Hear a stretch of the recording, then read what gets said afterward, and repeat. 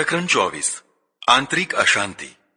જેમ સીમાવર્તી સુરક્ષાના પ્રશ્નો ઉકેલાતા નથી, તેમ ભારતની આંતરિક સુરક્ષાના પ્રશ્નો પણ ઉકેલાતા નથી. ઉલટાના વધુ વધે છે અને વધુ ગૂંચવાય છે.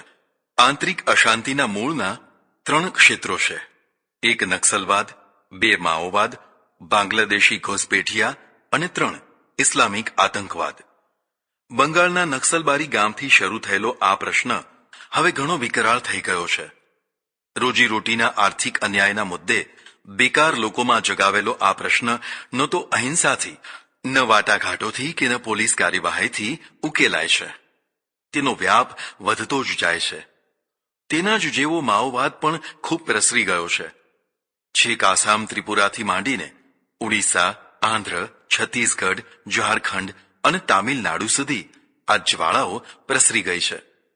રોજના કેટલાય પોલીસ કર્મીઓ મરે છે, શસ્ત્રો લૂંટાય છે, દાગેલી સુરંગો ફૂટે છે, હાહાકાર મચ્યો છે. પૂર્વ ભારતમાં કેટલોક ભાગ તો આપણા હાથમાં રહ્યો નથી. ત્યાં માઓવાદીઓની જ સત્તા ચાલે છે. આ પ્રશ્નનો પણ કોઈ જ ઉકેલ દેખાતો નથી. શરૂઆતમાં કઠોરતાથી દાબી દેવાની જગ્યાએ આપણે ઉપેક્ષા કરી. હવે વિકરાળ થઈ ગયો છે. દિન પ્રતિદિન વધુ વિકરાળ થતો જાય છે.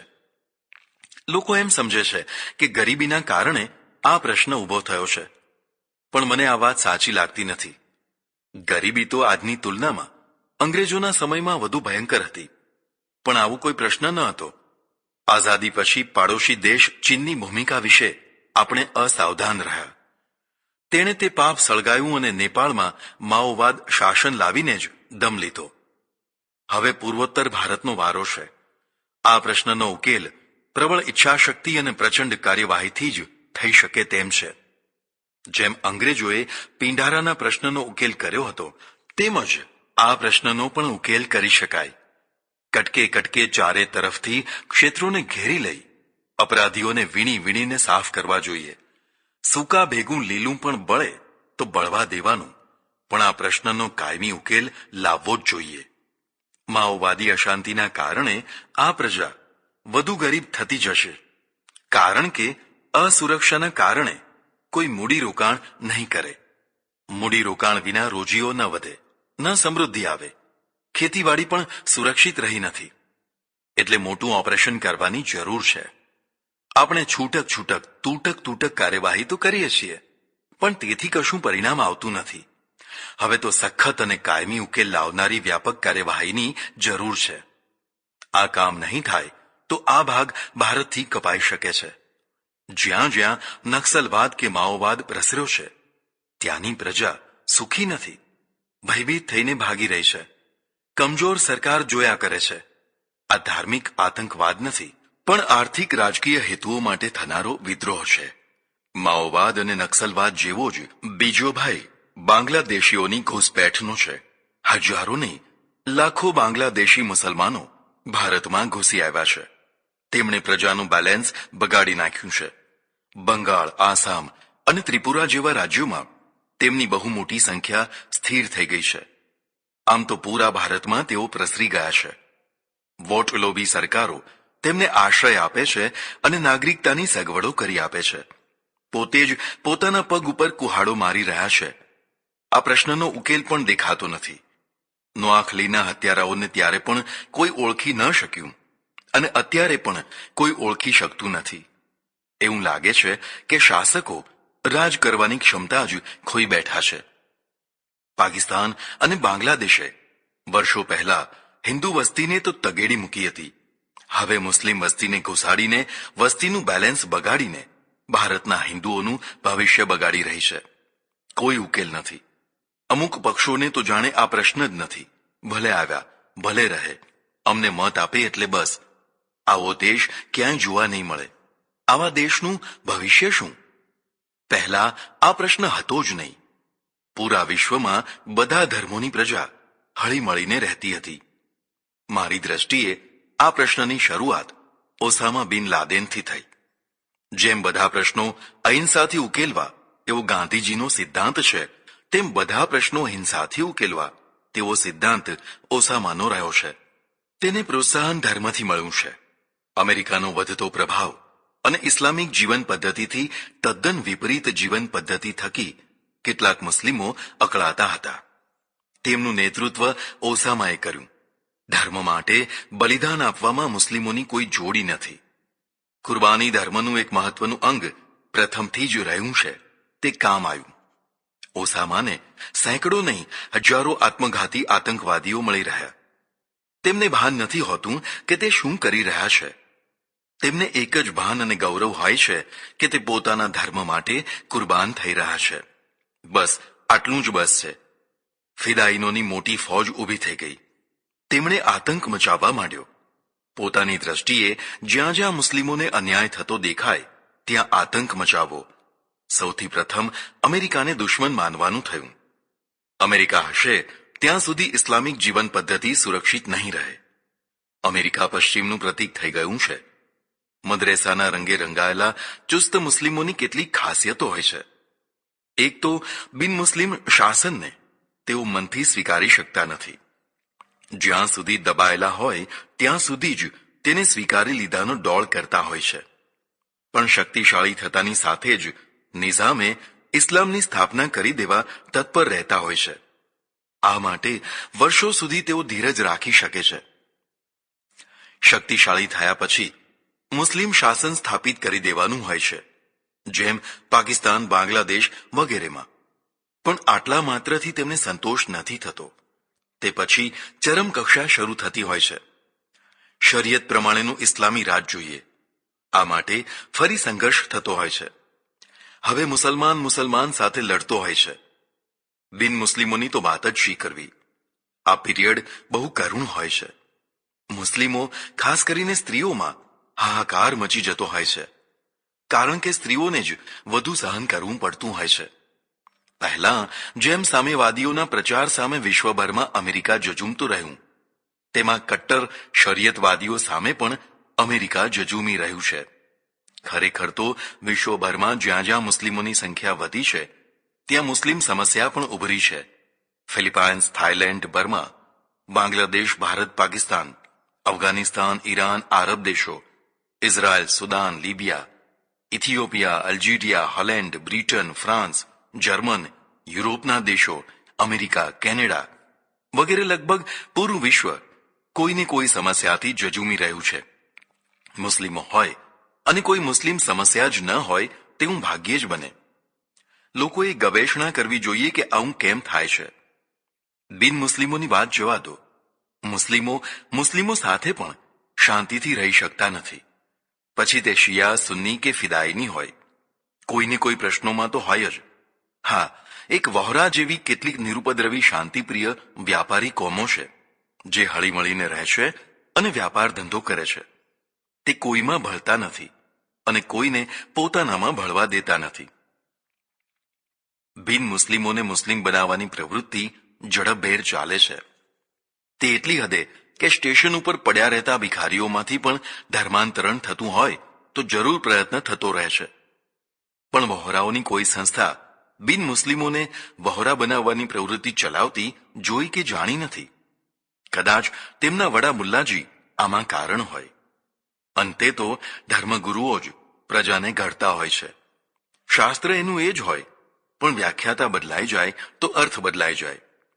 મુસ્લિમોમાં ઘણા ઉદાર ધર્મગુરુઓ છે જ, જે ઉત્તમ વ્યાખ્યા કરીને લોકોમાં ઉદારતા પ્રસરાવતા રહે છે. પણ આવા લોકો બહુ પ્રભાવશાળી નથી થઈ શકતા. પ્રભાવ તો પેલા કટ્ટરવાદીઓનો જ વધારે હોય છે. એટલે તો મુસ્લિમ જગત મોટા ભાગે અશાંત રહ્યા કરતું હોય છે. બીજાની સાથે તો ઠીક, પોતાની અંદરો અંદર પણ આવી અશાંતિ દેખાય છે. ન દેખાય તો નવાઈ કહેવાય. મુસ્લિમ આતંકવાદીઓનો પ્રથમ સફળ ઉપયોગ અમેરિકાએ અફઘાનિસ્તાનમાં કર્યો. રશિયા ભાગ્યું, અમેરિકા રાજી થયું. પણ પછી એ જ આતંકવાદીઓ અમેરિકાની સામે થયા. અમેરિકાએ બોમ્બ ઝીંકીને અફઘાનિસ્તાનમાંથી ભગાડ્યા. પ્રજાને રાહત થઈ. પણ પાકિસ્તાન ભારતનું જન્મજાત અને કાયમી દુશ્મન છે.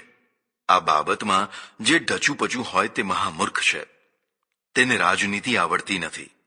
બાંગ્લાદેશનો બદલો લેવા અને મૂળમાં તો ભારતને હેરાન પરેશાન કરવા તેણે આ આતંકી તત્વને આશ્રય આપ્યો. પોતાને ત્યાં પણ નવી નવી આતંકવાદી સંસ્થાઓ ઉત્પન્ન થવા દીધી, બધી ધાર્મિક નામોવાળી, જેવી કે લશ્કરે તોયબા, જૈસે મહમ્મદ, મુજાહિદ્દીન ઇસ્લામ વગેરે વગેરે. કેટલાક મુસ્લિમો આતંકવાદને ઇસ્લામ સાથે જોડવાથી બહુ નારાજ થાય છે. આ ઘણી સારી વાત છે, જે એમ બતાવે છે કે અમારો ધર્મ આતંકવાદને માનતો નથી. પણ વાસ્તવિકતા જુદી છે. શાંતિપ્રિય ધર્મમાંથી આટલી મોટી સંખ્યામાં આતંકવાદી થયા કેમ? થયા તો કોઈ રોકતું કેમ નથી? ખાલી જાહેરાતો કરી દેવાથી તો કલંક દૂર થઈ જાય નહીં? ભારતમાં ખૂબ બોમ્બ ફોડીને નિર્દોષ લોકોના પ્રાણ લેવાથી કયો હેતુ સિદ્ધ થવાનો છે? શું મેળવવું છે? પણ આ આતંકવાદ વર્ષોથી ચાલે છે. સરકાર દબાવી કે રોકી શકતી નથી. પ્રત્યક્ષ યુદ્ધ કરતા પણ આ આતંકવાદનું છદ્મ યુદ્ધ બહુ ખતરનાક અને લડવું મુશ્કેલ છે. કેટલાક લોકો આ ધાર્મિક આતંકવાદને અને માઓવાદ, નક્સલવાદ, શ્રીલંકાના ટાઈગરો, આસામના ઉલ્ફાઓ વગેરેને સરખા માને છે, જે યોગ્ય નથી. પેલા બધા રાજકીય કે આર્થિક હેતુઓ માટે લડે છે. તેમાં કોઈ ધર્મ વિશેષ સામેલ નથી કે કોઈ ધર્મ વિશેષ સામે નથી. જ્યારે આ ધાર્મિક આતંકવાદ તો કોઈ રાજકીય, આર્થિક કે એવા જ બીજા કોઈ ખાસ હેતુ માટે લડતા નથી. અમેરિકા કે ભારત ઉપર જે હુમલા થયા તે શું મેળવવા થયા હતા? માત્ર હત્યાઓ અને નુકસાન કરવા સિવાય કશો હેતુ ન હતો. એટલે આવો આતંકવાદ બીજા હેતુપૂર્વકના હિંસક આંદોલનો સાથે સરખાવી શકાય નહીં. શ્રીલંકા સરકારને ધન્યવાદ આપવા ઘટે કે તેણે વિશ્વની પરવા કર્યા વિના સૈનિક પગલાં ભરીને વ્યાઘ્રોનો નાશ કરી દીધો. આવું જ કામ ભારત પણ નક્સલવાદ કે માઓવાદીઓ સામે કરી શકે. હા, ઈચ્છા શક્તિ અને કુશળતા હોય તો પણ આવું જ કામ ધાર્મિક આતંકવાદીઓ સામે કરવું બહુ કઠિન છે, કારણ કે દુશ્મન દેખાતો જ નથી. આતંક વખતે જ તે કફન બાંધીને પ્રગટ થાય છે અને મરી જાય છે. તેના મૂળ પાકિસ્તાનમાં છે. ત્યાં જવું કેવી રીતે? ભારત અમેરિકા કે ઇઝરાયલ નથી. ન તો તેની પાસે એવી ઈચ્છા શક્તિ છે, ન કુશળતા છે, ન સાહસ છે, ન શક્તિ છે. આપણા વિમાનો કે મિસાઇલો તેમના કેમ્પો ઉપર ત્રાટકી નથી શકતા. આપણે સવાશેર નથી થઈ શકતા. આજથી નહીં, વર્ષોથી આ જ સ્થિતિ છે. સિમ્મી જેવી અહીંની સંસ્થાનો પણ નાશ નથી કરી શકતા. તેનો પક્ષ લેનારા પણ અહીં રાજકીય પક્ષો છે. આમ તો આપણે સખતમાં સખત કે ભારેમાં ભારે કાયદો પણ નથી કરી શકતા, કારણ કે ખાસ મતદાતા નારાજ ન થઈ જાય તેનો ભય પણ રહે છે. એમ કહી શકાય કે જેમ સીમાડાની રક્ષા નથી થઈ શકતી, તેમ આંતરિક સુરક્ષા પણ નથી થઈ શકતી. આતંકવાદીઓ જ્યારે મન ફાવે ત્યારે ગમે ત્યાં ત્રાટકી શકે છે. આપણે થોડા દિવસ હાય તોબા મચાવીને ફરી પાછા હતા ત્યાંને ત્યાં. એવું લાગે છે કે આપણે કોઈ પ્રશ્ન જ જડમૂળથી ઉકેલી શકતા નથી. આ કમજોરી નહીં તો બીજું શું કહેવાય? 25/8/2009. પ્રકરણ 25. શસ્ત્રો. શસ્ત્રો વિના રાષ્ટ્રની રક્ષા કરી શકાય નહીં. ગાંધીજીએ કહ્યું કે જેને શત્રુ નહીં તેને તલવાર નહીં. એ આદર્શ વાક્ય તો છે, પણ વ્યાવહારિક નથી.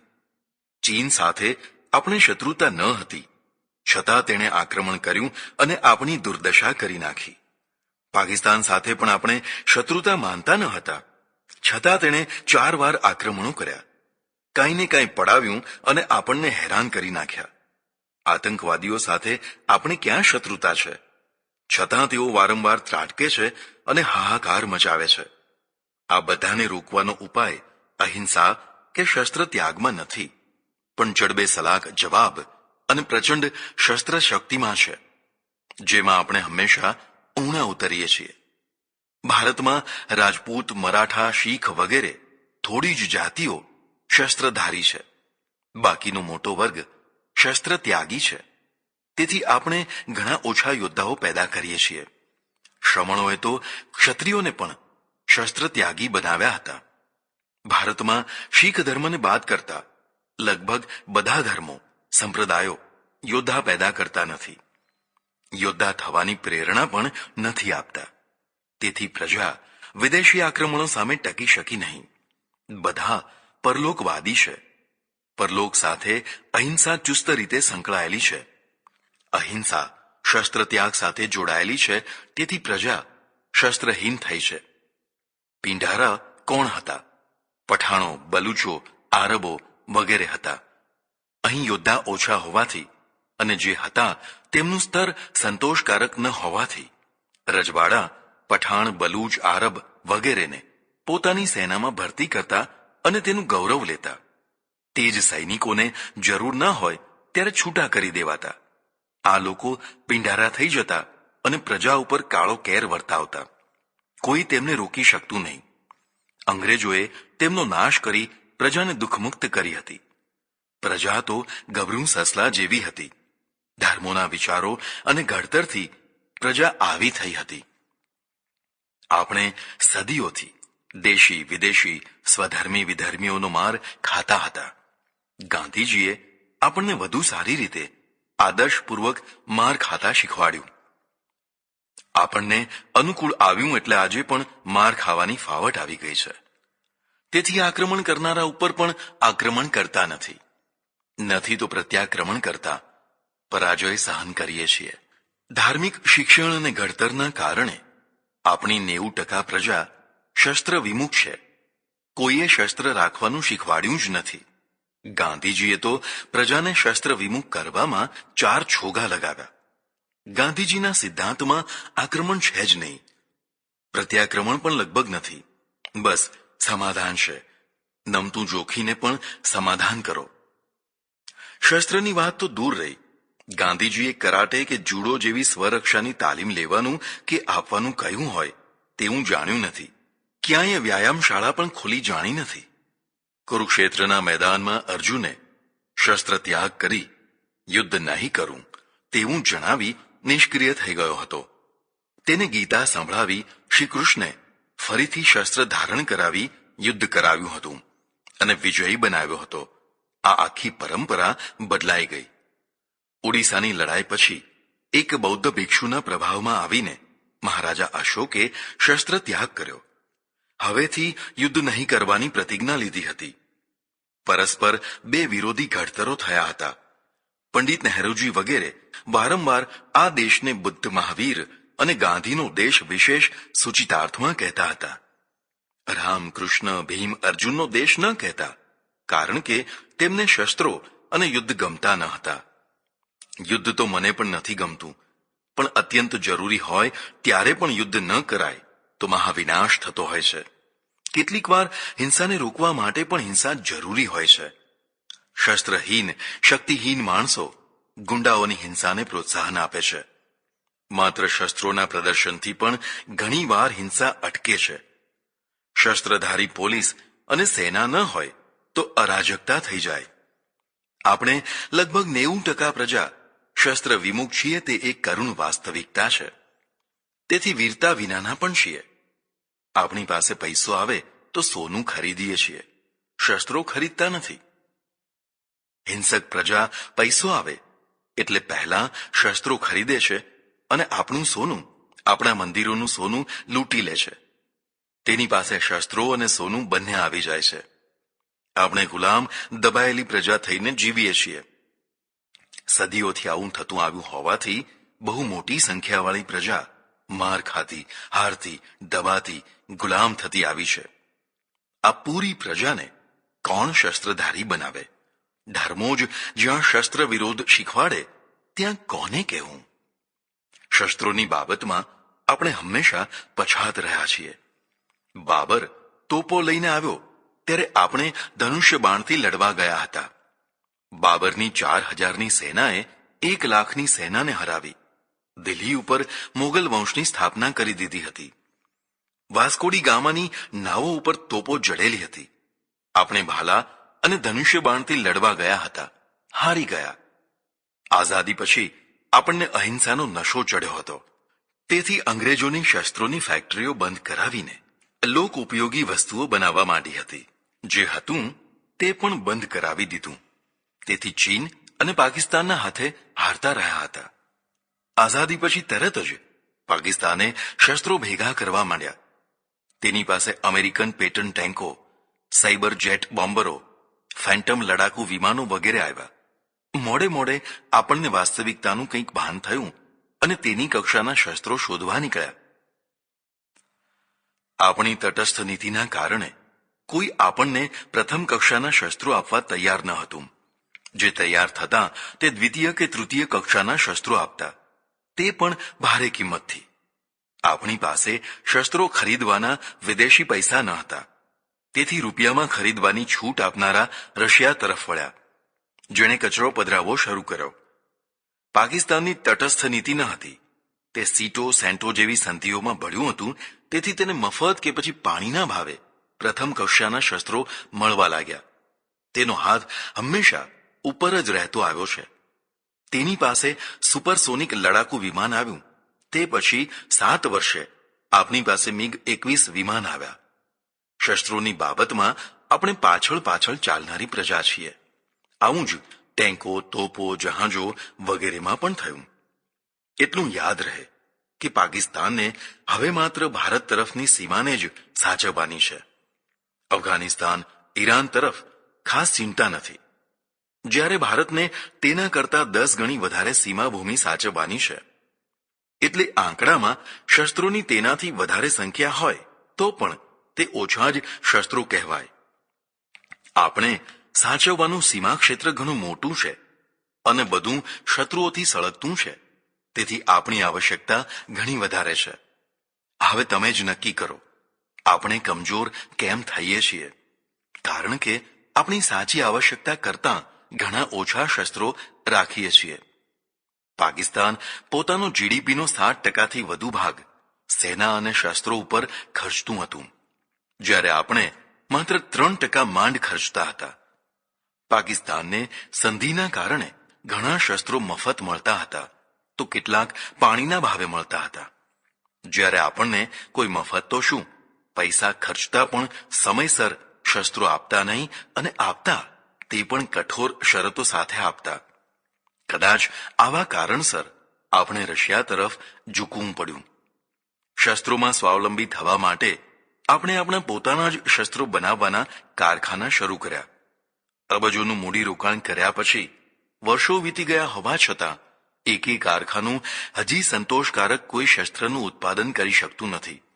જો આ કારખાના અમેરિકાની માફક ખાનગી પેઢીઓને કરવા દીધા હોત તો પરિણામ નિરાશાજનક ના હોત. પોતાનું લડાકુ વિમાન બનાવવાનું 25 વર્ષથી કામ ચાલુ છે. હજી એક પણ તેજસ વિમાન સેનામાં દાખલ થયું નથી. પ્રયોગો ચાલે છે. 25 કરતાં પણ વધુ વર્ષોથી આવાડીના કારખાનામાં ટેન્ક બનાવીએ છીએ. કેટલાય પ્રયોગો કર્યા પછી પણ અર્જુન ટેન્ક હજી સંતોષકારક બની શકી નથી. આપણે જુદા જુદા મિસાઇલો બનાવ્યા છે, જેમાંથી હજી માત્ર પૃથ્વી મિસાઇલ જ સેનામાં દાખલ કરાયું છે. બાકીના બધા પ્રયોગોની કક્ષાએ છે.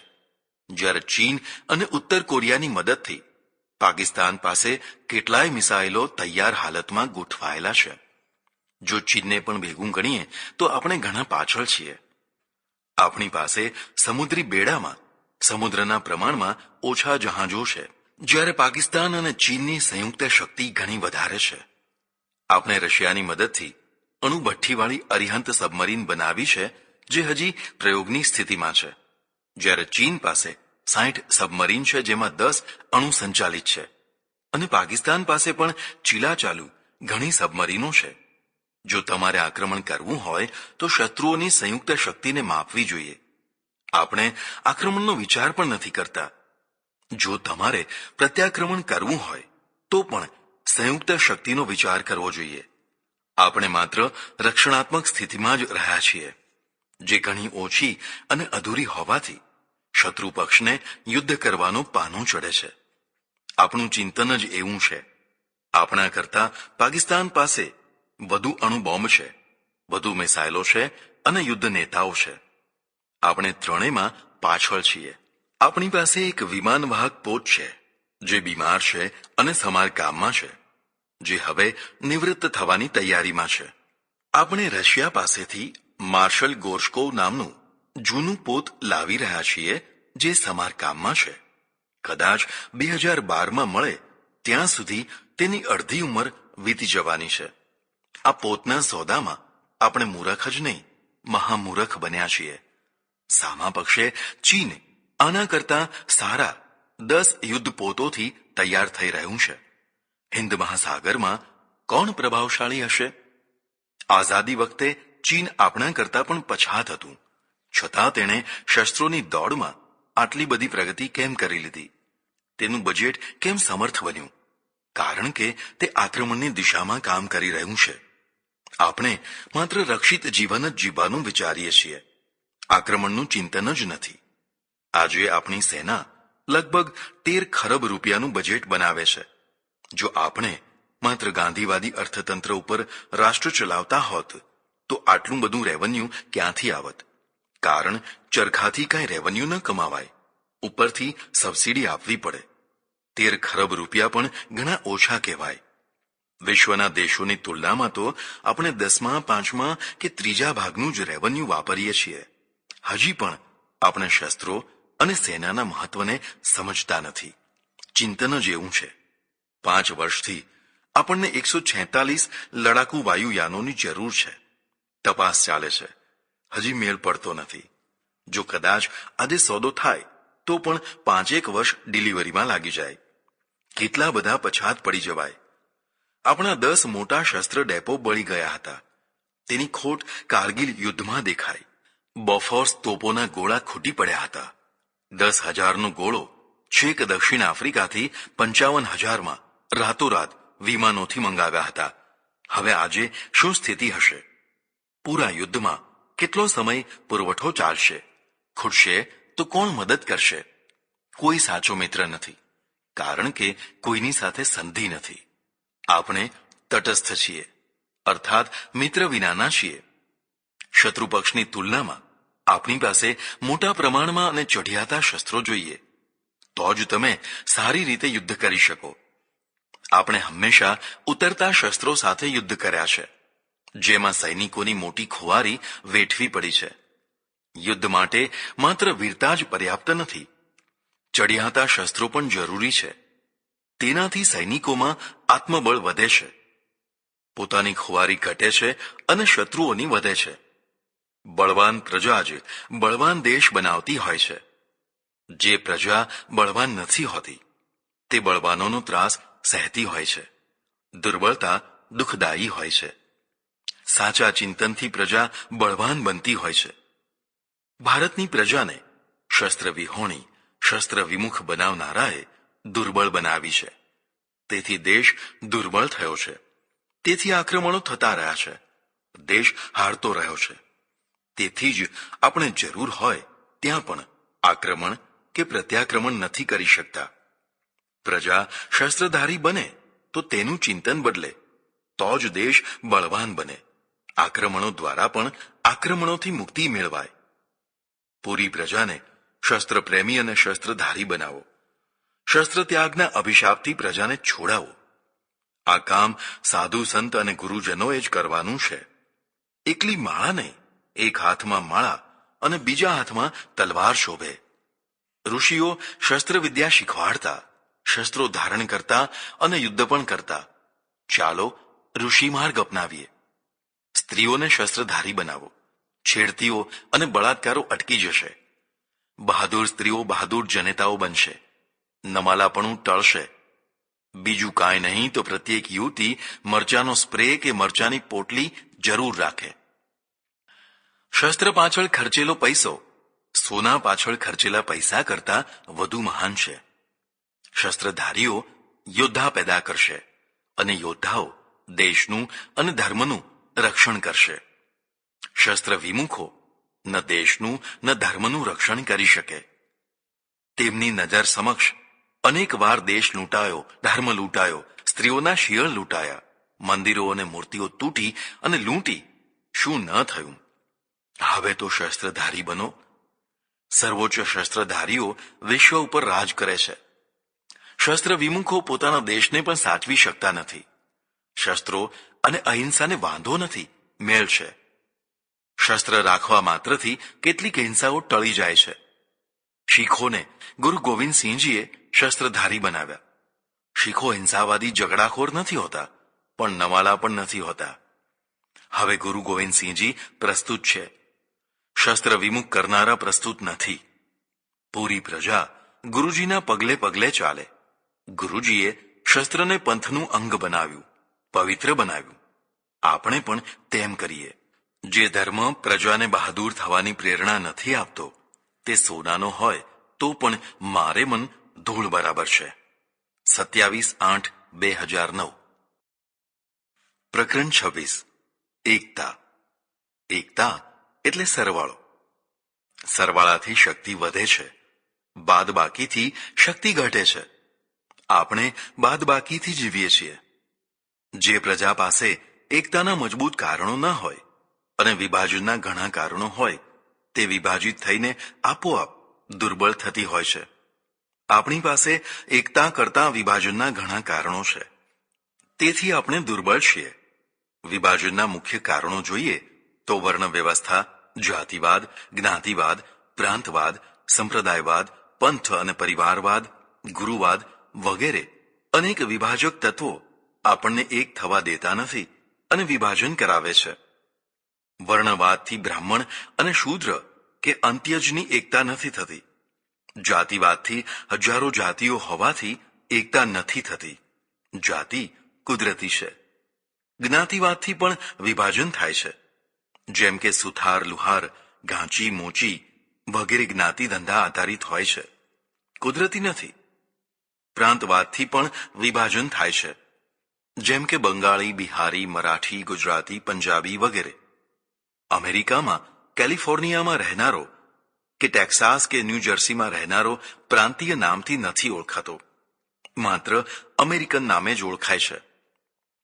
આપણે હજારો સંપ્રદાયો કરી બેઠા છીએ. પ્રત્યેક સંપ્રદાય, પંથ, પરિવાર વિભાજન કરે છે. સ્થાપક કે સંચાલકને ભગવાન માનીને પૂજે છે. તેથી પ્રત્યેક સક્ષમ વ્યક્તિ પોતાનો વાડો બાંધે છે, કારણ કે તે પૂજાય છે, મહાન બને છે. સેવકો તથા ભેટ પૂજાનો મોટો લાભ મળે છે. તેમના વારસદારો યોગ્યતા વિના પણ મહાન બનીને પૂજાય છે. ખરેખર તો આવા તત્વો વિભાજક હોવાથી પ્રજાને દુર્બળ બનાવી દુઃખી કરવાના દોષી હોય છે. પણ દોષી પૂજાય છે, તેથી પ્રજા દુઃખી થાય છે. આવો જ વિભાજક ગુરુવાદ પણ છે. જેટલા ગુરુ તેટલા વિભાજન. આનું મૂળ પ્રથામાં છે. ખરેખર તો ગુરુ કરાવવા જરૂરી નથી. જ્ઞાન માટે ગુરુ હોય તો 99% ગુરુઓ પોતે જ જ્ઞાની નથી હોતા. તે શિષ્યોને શું જ્ઞાન આપે? હા, વિભાજન જરૂર કરાવે. આવી ગુરુ પ્રથાથી મુક્ત થવું ઘટે. અને હા, જ્ઞાનની જ જરૂર હોય તો બહુ ગુરુવાદી થવું, અર્થાત બધા જ્ઞાની પુરુષોને ગુરુ બનાવવા જે વિભાજન ન કરે. પ્રત્યેક વિભાજક કારણોથી મુક્ત થયેલી પ્રજા એકતાનું સુખ અને શક્તિ મેળવતી હોય છે. એકતા ગાય ગાયમાં, ગાય ભેંસમાં, ગાય બકરી વગેરેમાં થઈ શકે. સૌ પોતે પોતાની જાતિઓ જ્ઞાતિઓને સાચવીને એક થઈને રહી શકે છે. એકતા ગાય અને સિંહમાં કે ગાયમાં અને વાઘમાં, વરુમાં ન થઈ શકે. બે પ્રજામાં એક ગાય જેવી અને બીજી વરુ જેવી હોય તો તેની એકતા ન થઈ શકે. કદાચ થાય તો તેમાં ગાયોનું નિકંદન નીકળી જાય. ઘાસાહારી અને માંસાહારીની એકતા ન હોય. એકતા જુવાર, બાજરી, ગુવાર, મગમાં થઈ શકે. આ બધા એક જ ખેતરમાં સાથે ઉગી શકે, ફળી અને ફૂલી શકે. પણ એકતા બાજરી અને દાભડામાં, બાજરી અને નિંદામણમાં ન થઈ શકે. કદાચ કરો તો બાજરી દળાઈ જાય અને નિંદામણ છવાઈ જાય, અને ખેતરમાં બાજરીનું નામ ન રહે અને નિંદામણ વ્યાપી જાય.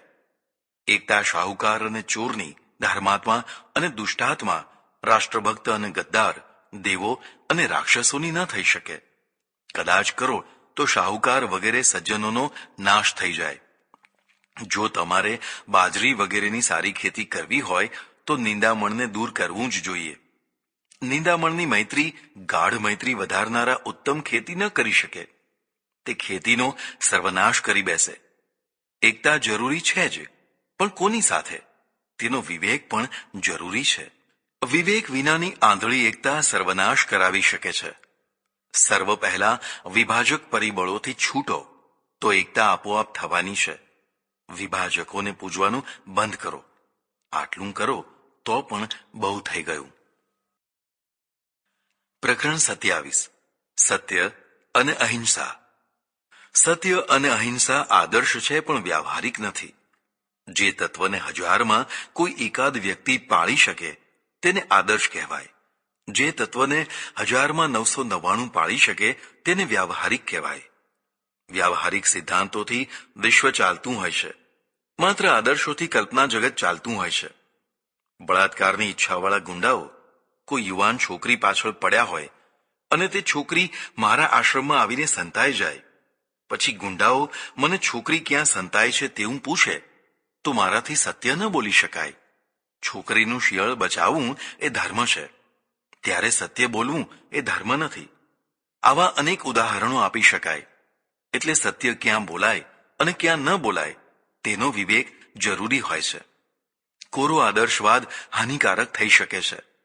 તેનો અર્થ આદર્શનો કે સત્યનો ત્યાગ કરવો તેવો નથી, પણ વિવેક બુદ્ધિનો ઉપયોગ કરવો. અહિંસા પણ આદર્શ છે, વ્યાવહારિક નથી.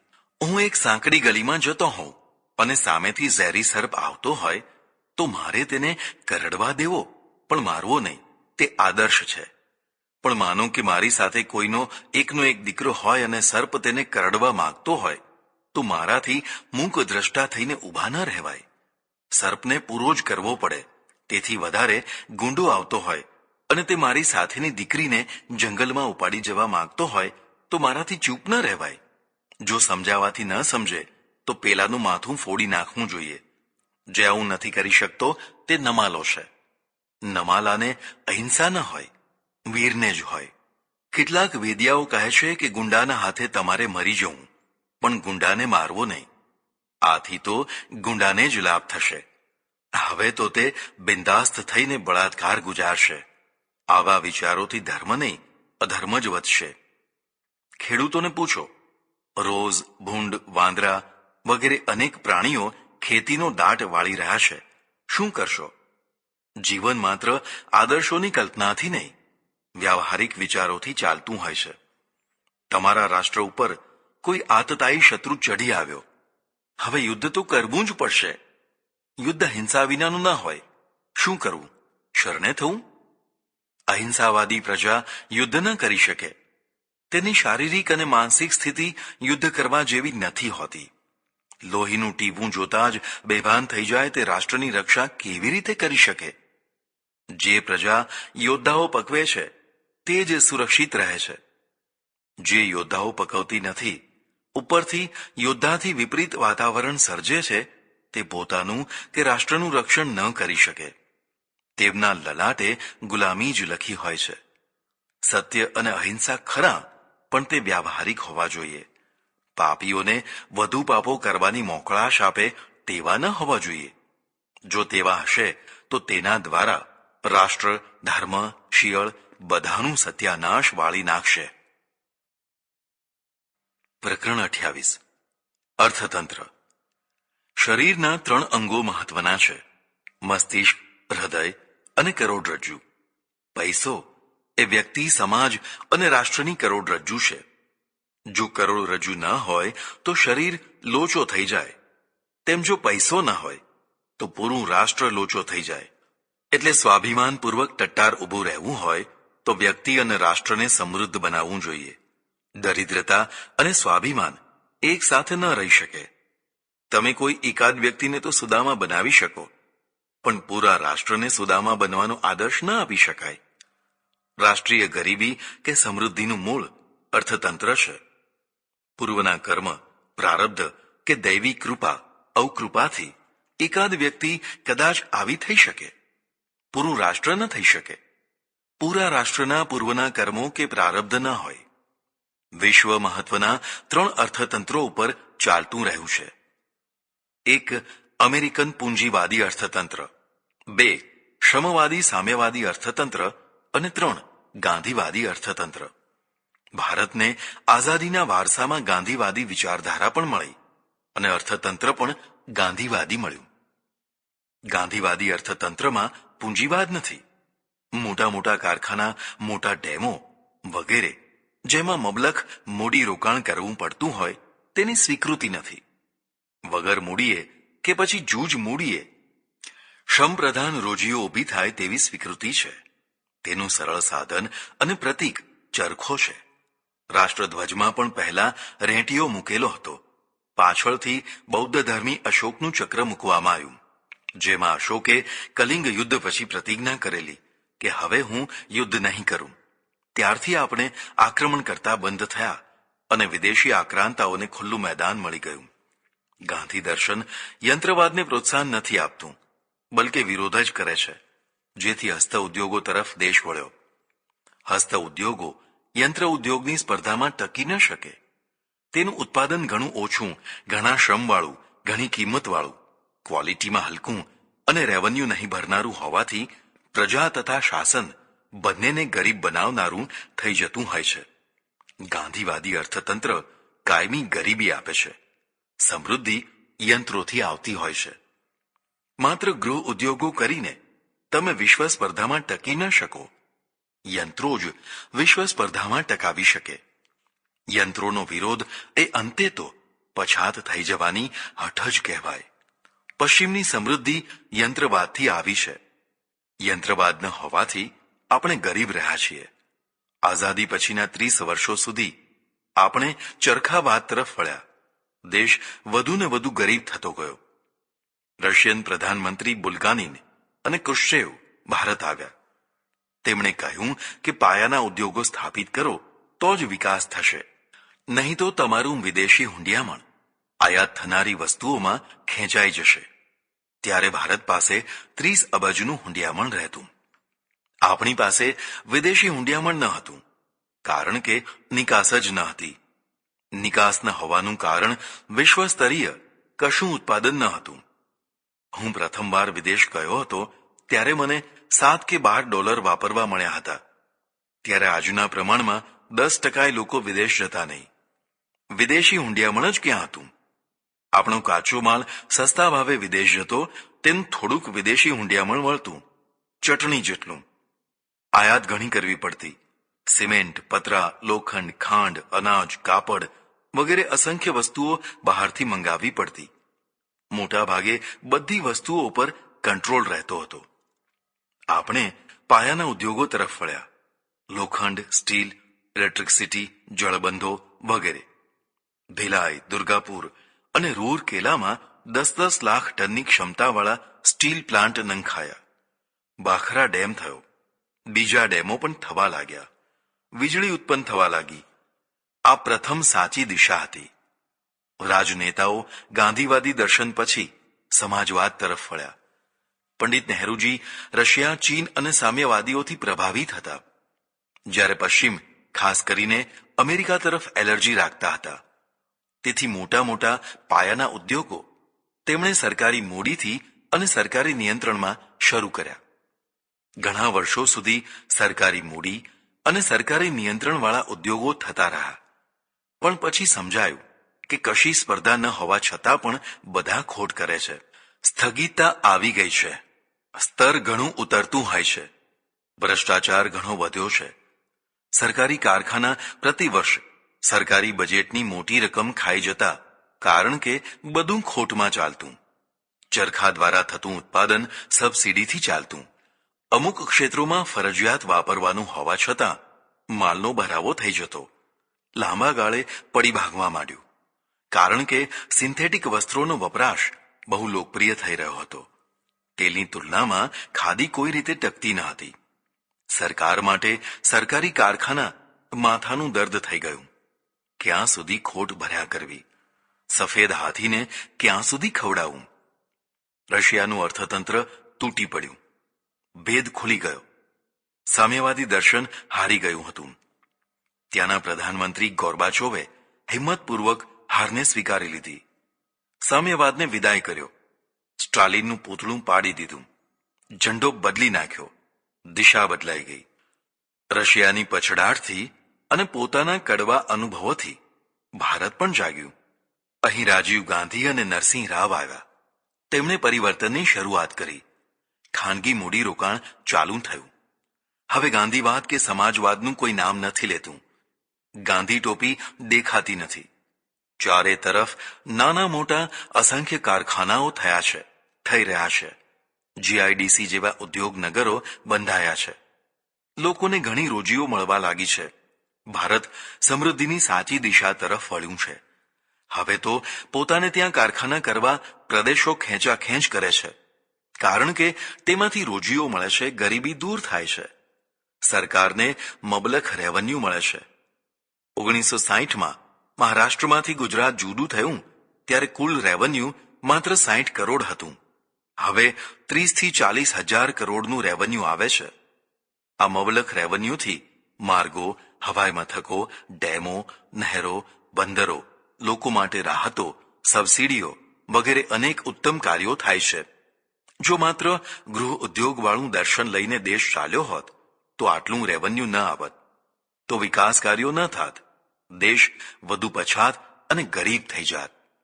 ચીન પણ સુધર્યું. તેણે સામ્યવાદને ચાલુ રાખીને પશ્ચિમી મૂડીવાદ દાખલ કર્યો. જોત જોતામાં ચીન વિશ્વ ઉપર છવાઈ ગયું છે. તેણે વિશ્વભરની મૂડીને આકર્ષી છે અને જીવન જરૂરિયાતની બધી વસ્તુઓ સસ્તા ભાવે બનાવીને વિશ્વમાં ઠાલવવા માંડી છે. ચીન આજે મહાશક્તિ થઈને સમૃદ્ધ થઈ ગયું છે પશ્ચિમી અર્થતંત્રને કારણે. તેણે સામ્યવાદનો સકારાત્મક રૂપમાં સ્વીકાર કર્યો છે. અર્થાત કોઈ મજૂર કારીગર હડતાલ પાડી શકતો નથી. કામ કામ ને કામ. મજૂર પ્રોબ્લેમ નથી. તેથી માલ સસ્તો બને છે. વિશ્વભરની મૂડી ચીન તરફ દોડી રહી છે અને વિશ્વભરમાં ચીનની સસ્તી વસ્તુઓ દોડી રહી છે. આ સાચો રસ્તો છે. ખાનગીકરણની છૂટ મળવાથી આપણે ત્યાં પણ ઘણી પ્રગતિ થઈ છે, પણ ચીન જેવી નહીં. કારણ કે અહીં બે મોટી અડચણો નડી રહી છે: મજૂર પ્રોબ્લેમ અને સરકારી પ્રોબ્લેમ. અહીં લેબર લો એકપક્ષીય હોવાથી હડતાલો પડે છે. એકવાર કોઈને રાખ્યા પછી કાઢી શકાતો નથી. તે કામ કરે કે ન કરે. કદાચ કાઢો તો કોર્ટમાં જીતીને ઊંચા કોલર કરીને પાછો આવે. આમ થવાથી ઉત્પાદનને ફટકો પડે છે. મજૂરોનું શોષણ ન જ થવું જોઈએ, પણ મૂડીનું પણ શોષણ ન થવું જોઈએ. મૂડી શોષણથી ઉદ્યોગો બંધ થશે. સરકારી પ્રોબ્લેમ બહુ ભયંકર છે.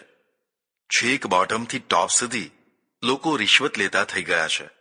જમીન, વીજળી, પાણી વગેરે પાયાની વસ્તુઓ મેળવવા લાંબો સમય કાર્યાલયોમાં આંટા મારવાના. થાકી જાઓ. લાંચ આપો તો માંડ થોડું કામ થાય. આવો પ્રોબ્લેમ ચીનમાં નથી. તેથી જે ઝડપથી ત્યાં ઔદ્યોગિકરણ થઈ રહ્યું છે તે ઝડપ આપણે ત્યાં નથી. જો આ બે દોષો ન હોત તો આપણા ઉત્પાદનો પણ વિશ્વવ્યાપી થઈ ગયા હોત. પૂર્વે કહ્યું તેમ રાષ્ટ્ર અને પ્રજાની સમૃદ્ધિ અર્થતંત્રથી આવતી હોય છે. તે માટે જરૂરી છે પ્રજાની ખરીદ શક્તિ. બધે પ્રજા બજારમાંથી વધુમાં વધુ ખરીદી કરે. પ્રત્યેક ખરીદી કોઈ રોજી આપે છે.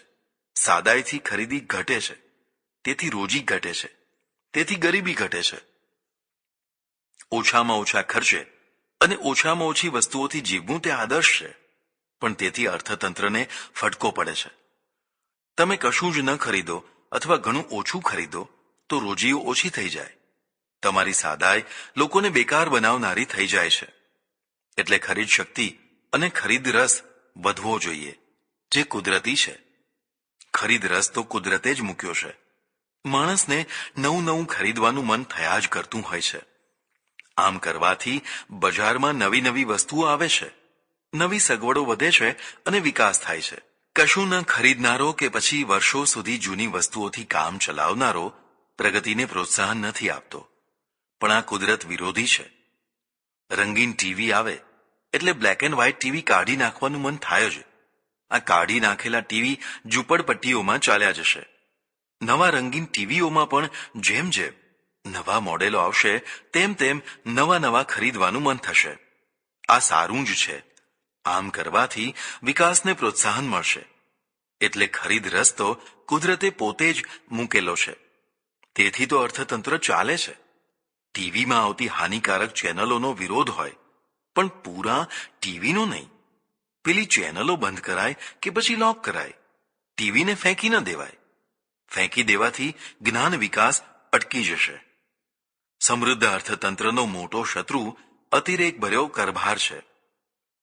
પહેલા ગાંધીવાદ, પછી સામ્યવાદ અને પછી સમાજવાદના રવાડે ચઢેલો આપણો દેશ ગરીબી હટાવવા માટે શ્રીમંતોને ચૂસવા માંડ્યો, જેથી ગરીબો રાજી થાય. ગરીબોને લાભ ભલે ન થાય, પણ શ્રીમંતોના શોષણથી તેમને આશ્વાસન મળે કે સરકાર શ્રીમંતોની નથી. શરૂઆતમાં 80 થી 85% ઇન્કમટેક્સ વગેરે હતા. 1 લાખ કમાવ અને 80-85 હજાર સરકારને ભરી દો. આ શોષણથી પીણું નાણું વધ્યું, કરચોરી વધી, દરોડા વધ્યા, ભ્રષ્ટાચાર વધ્યો, ધન કમાવાનો ઉત્સાહ ઘટ્યો. ધન કમાઈને જો સરકારને જ આપી દેવાનું હોય તો ધન કમાવાનો અર્થ જ નથી. વર્ષો સુધી આવો વ્યવહાર થતો રહ્યો, જેથી અર્થતંત્રને ભારે ફટકો પડ્યો. આ ફટકો ખરેખર તો ગરીબોને જ પડ્યો, કારણ કે મૂડીરોકાણ ન થયું, જેથી રોજીઓ ન થઈ. હવે ઘણું પરિવર્તન આવ્યું છે, સારું છે, હજી પણ સુધારવાની જરૂર છે. હોંગકોંગ, તાઇવાન જેવા દેશોમાં વધુમાં વધુ 18% ઇન્કમટેક્સ છે. કરોડો કમાઓ અને આટલો ટેક્સ ભરી દો, પછી કોઈ દરોડો નહીં, કોઈ કાળું નાણું નહીં. અરે દુબઈમાં તો એક પૈસો પણ ઇન્કમટેક્સ નહીં. જેટલું કમાવ એ બધું તમારું. વિશ્વભરનું નાણું દુબઈમાં ઠલવાય છે. દુબઈ સમૃદ્ધ થયું છે તેનું કારણ માત્ર પેટ્રોલ પેદાશ નહીં, પણ તેનું અર્થતંત્ર પણ છે. ટેક્સ ફ્રી અર્થતંત્ર સંપત્તિ ખેંચે છે, સમૃદ્ધિ વધે છે. ખરેખર તો ગરીબી હટાવો એવું સૂત્ર નહીં, પણ શ્રીમંતો વધારો એવું સૂત્ર હોવું જોઈએ. શ્રીમંતાઈથી રોજી વધે છે, રોજી વધવાથી ગરીબાઈ હટે છે. આ વાત સમજવી જોઈએ. જેની પાસે જે કાંઈ ક્ષમતા હોય તેને તેની ક્ષમતાના પ્રમાણમાં લાભ અને તક મળવા જોઈએ. તેની ઈર્ષા કે દ્વેષ ન હોય. આપણે સફળ અર્થતંત્રની રાહ સ્વીકારવી જોઈએ. સામ્યવાદી અર્થતંત્ર નિષ્ફળ ગયું તે સૌ જાણે છે. ગાંધીવાદી અર્થતંત્ર પણ ક્યાંય દેખાતું નથી. જેમ ગાંધી ટોપી લુપ્ત થઈ ગઈ, તેમ ગાંધીજીનો ચરખો એટલે કે અર્થતંત્ર પણ લુપ્ત થઈ ગયો. જે વાસ્તવિક હશે તે જ ટકશે, તે જ ચિરંજીવી થશે. આપણે પશ્ચિમી અર્થતંત્ર સ્વીકારવું જોઈએ, ને લગભગ જ્યારથી સ્વીકારી લીધું છે ત્યારથી પ્રજા વધુ સુખી થઈ છે. હવે પહેલા જેવી બેકારી કે ભૂખમરો નથી રહ્યો. જેને કામ કરવું છે તે સૌને કામ મળી રહે છે. જ્યાં મૂડીની સુરક્ષા નથી હોતી ત્યાં મૂડી રોકાણ નથી થતું. પશ્ચિમ બંગાળ, કેરળ, બિહાર વગેરે રાજ્યોમાં જઈને જુઓ, કોઈ ઉદ્યોગપતિ મૂડી રોકવા આવતો નથી. તેથી પ્રજા ગરીબ છે. આ ભાગની પ્રજા દેશના બીજા ભાગોમાં ભાગી રહી છે. જ્યાં સુરક્ષા અને રોજી હોય ત્યાં પ્રજા વસતી હોય છે. 28/8/2009